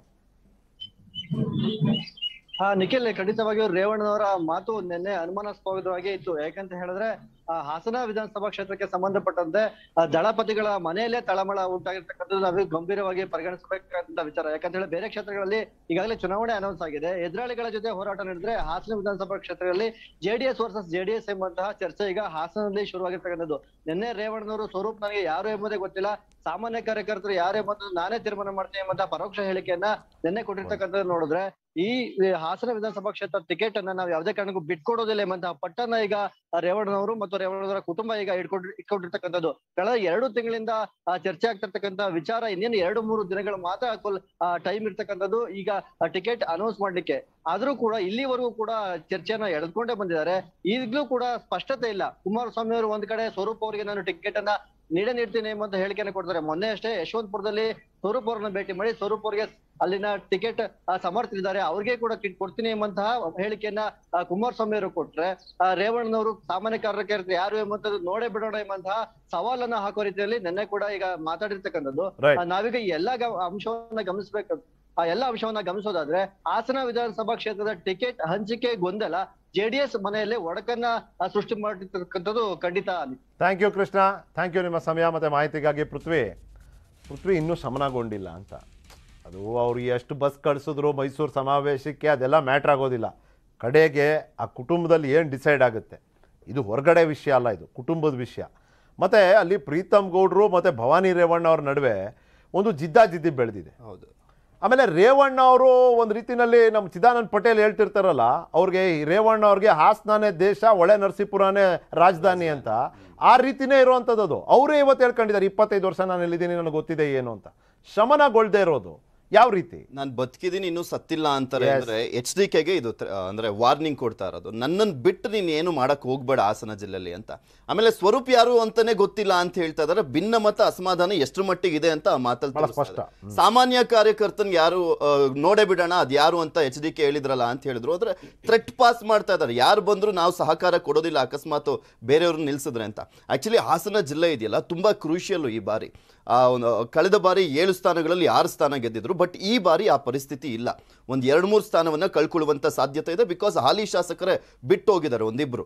ಅದರಲ್ಲಿ ಕುಮಾರಸ್ವಾಮಿಗೆ ಏನು ಪ್ರಾಬ್ಲಮ್ ಅಂದ್ರೆ, ಅಲ್ಲಿ ಸ್ವರೂಪ್ ಅವ್ರಿಗೆ ಮತ್ತೆ ಭವಾನಿ ರೇವಣ್ಣ ಯಾರಿಗಾದ್ರೂ ಕೊಟ್ಟಂತ ಸಂದರ್ಭದಲ್ಲಿ ಸ್ವರೂಪಿಗೆ ಕೊಟ್ರೆ ಬೇರೆ ಕಡೆ ಪ್ಲಸ್ ಆಗುತ್ತೆ, ಅಲ್ಲಿ ಸೋಲ್ಲಿ ಗೆಲ್ಲಿ ಅದು ಸೆಕೆಂಡ್ರಿ. ಆದ್ರೆ ಬೇರೆ ಕಡೆ ಅವ್ರ ಕುಟುಂಬವನ್ನೇ ಎದುರಾಕೊಂಡು ಬೇರೆಯವ್ರಿಗೆ ಟಿಕೆಟ್ ಕೊಟ್ಟಿದ್ದಾರೆ ನೋಡಿ ಅನ್ನುವಂಥದ್ದನ್ನ ಬಿಂಬಿಸ್ಕೊಳ್ಬಹುದು. ಹೌದು, ನಾವು ನಿಮ್ ಪರವಾಗಿದ್ದೀವಿ ಅಂತ ಸಾಮಾನ್ಯ ಕಾರ್ಯಕರ್ತನಿಗೆ ಪಕ್ಷಕ್ಕೆ ದುಡ್ದಂತವನಿಗೆ ಕೊಟ್ಟಿದ್ದೀನಿ ಅಂತ ಹೇಳ್ಕೊಬಹುದು. ಅಕಸ್ಮಾತ್ ಭವಾನಿ ರೇವಣ್ಣನ್ ಕೊಟ್ರೆ ಮಂಡ್ಯದಲ್ಲಿ ತುಮಕೂರಿನಲ್ಲಿ ಎಫೆಕ್ಟ್ ಆಗಿತ್ತಲ್ಲ, ಸೇಮ್ ಎಫೆಕ್ಟ್ ಇಲ್ಲ ಆಗುತ್ತೆ. ಅಲ್ಲಿ ಗೆಲ್ಲಬಹುದು, ಆದ್ರೆ ಉಳಿದ ಕ್ಷೇತ್ರಗಳಲ್ಲಿ ಅದು ಪರಿಣಾಮ ಬೀರುತ್ತೆ ಅನ್ನುವಂತ ಆತಂಕ. 1 ಸೀಟ್ಗೋಸ್ಕರ 11 ಸೀಟ್ ಕಳ್ಕೋಬಹುದಾ ಅಂತ. ನಿಖಿಲ್, ಈಗ ನೋಡಿ, ಈ ಒಂದು ರೇವಣ್ಣ ಅವರ ಮಾತಿನ ತೀವ್ರತೆಯಲ್ಲಿ ಅವರ ಕುಟುಂಬದ ಭವಿಷ್ಯ ಏನು, ಇಡೀ ಎಂಟೈರ್ ಪಕ್ಷನೇ 2-3 ಸಲ ಬೇರೆ ಬೇರೆ ರೀತಿ ಹೋಳಾಯ್ತು. ಲೋಕಶಕ್ತಿ, ಸಂಯುಕ್ತ ದಳ ಮತ್ತೆ ಜಾತ್ಯತೀತ ಜನತಾದಳ, ಅದು ಬೇರೆ. ಈಗ ಕುಟುಂಬದೊಳಗಡೆ ಬಂದಿರುವಂತ ಏನು ಒತ್ತಡ, ಭಿನ್ನಮತ ಏನಿದೆ, ಅದು ಇಡೀ ಪಂಚರತ್ನ ರಥಯಾತ್ರೆ ಜನಪ್ರಿಯತೆ, ಅದರ ಒಂದು ಏನು ಮೆಸೇಜ್ನ ಒಂದು ತೂಕ ಆದ್ರೆ ಇದೇ ಬೇರೆ ಆಗ್ಬಿಟ್ಟಿದೆ. ಸೊ ಒಂದು ಇವರಿಗೆ ವೈಯಕ್ತಿಕವಾಗಿ ಜಿದ್ದು ನೀವು ಹೇಳಿದಂತೆ ಪ್ರೀತಮ್ ಗೌಡ್ರ ಜೊತೆ ಮತ್ತು ಪಕ್ಷದೊಳಗಡೆ ಭವಿಷ್ಯದ ನಾಯಕತ್ವಕ್ಕೂ ಕೂಡ ಈಗ ಓಕೆ ಕುಮಾರಸ್ವಾಮಿ ಅವರು ಇದ್ದಾರೆ, ನಂತರ ಯಾರು ನಿಖಿಲ್ ಕುಮಾರಸ್ವಾಮಿ ಎಲ್ಲ ಕಡೆ ಓಡಾಡ್ತಾ ಇದ್ದಾರೆ, ನಮ್ಮ ಭವಿಷ್ಯ ಏನು ಅಂತ. ಹಿಂದೆ ಏನು ಅನೌಪಚಾರಿಕವಾಗಿ ಒಂದು ಚರ್ಚೆ ಆಗಿತ್ತು, ದಳ ಏನೋ ವಿಲೀನ ಆಗ್ಬಿಡುತ್ತಂತೆ ಮತ್ತೊಂದು ಆಗ್ಬಿಡುತ್ತೆ ಅಂತ ಆ ಚರ್ಚೆಗೆ ಮತ್ತೆ ಭವಿಷ್ಯದಲ್ಲಿ ಏನಾದರೂ ರೆಕ್ಕೆ ಪುಕ್ಕಗಳು ಉಟ್ಕೊಂಡ್ರೆ ಇಂಥ ಬೆಳವಣಿಗೆ ಒಂದು ಆತಂಕ ಏನಂದ್ರೆ ರೇವಣ್ಣ ಅವ್ರಿಗೋ ಅಥವಾ ಭವಾನಿ ರೇವಣ್ಣ ಅವ್ರಿಗೆ ಕೊಟ್ರೆ ಕಾಂಗ್ರೆಸ್ ಸ್ವರೂಪ್ ಅವ್ರನ್ನ ಆಪರೇಟ್ ಮಾಡೇ ಮಾಡುತ್ತೆ. ಅದೊಂದು ಭಯ ಇದೆ ಕೆಲವು ಕ್ಷೇತ್ರ ಕಳ್ಕೊಂಡ್ಬಿಡ್ತೀವಿ. ಆ ಭಯದಲ್ಲೇ ಸ್ವರೂಪ್ ಅವ್ರಿಗೆ ಹಠ ಹಿಡಿದಿದ್ದಾರೆ. ಆದ್ರೆ ಬಿಟ್ಟು ಕೊಟ್ರೆ ನಮ್ಮ ಭವಿಷ್ಯ ಏನು ಅನ್ನೋ ಲೆಕ್ಕಾಚಾರದಲ್ಲಿ ಏನಾದ್ರೂ ಕಾಂಗ್ರೆಸ್ ಅವ್ರ ಸ್ವರೂಪ್ಗೆ ಆಪರೇಟ್ ಮಾಡಿದ್ದೆ ಆದ್ರೆ ನೇರ ಆನ್ ಪೇಪರ್ ನೋಡಿ ಹೇಳ್ಬೇಕು ಅಂದ್ರೆ ಭವಾನಿ ಅವ್ರ ಓಟು ಕೂಡ ಡಿವೈಡ್ ಆಗುತ್ತೆ ಸ್ವರೂಪ್ ಪರವಾಗಿ. ಅದರಲ್ಲಿ ಲಾಭ ಆಗೋದು ಪ್ರೀತಮ್ ಗೌಡ್ರಿಗೇನೆ. ಸೊ ಈ ಕಾಂಗ್ರೆಸ್ ಕೊಟ್ರು ರೇವಣ್ಣ ಭವಾನಿ ರೇವಣ್ಣ ಅವ್ರನ್ನ ಸೋಲ್ಸಕ್ ಟ್ರೈ ಮಾಡ್ತಾರೆ.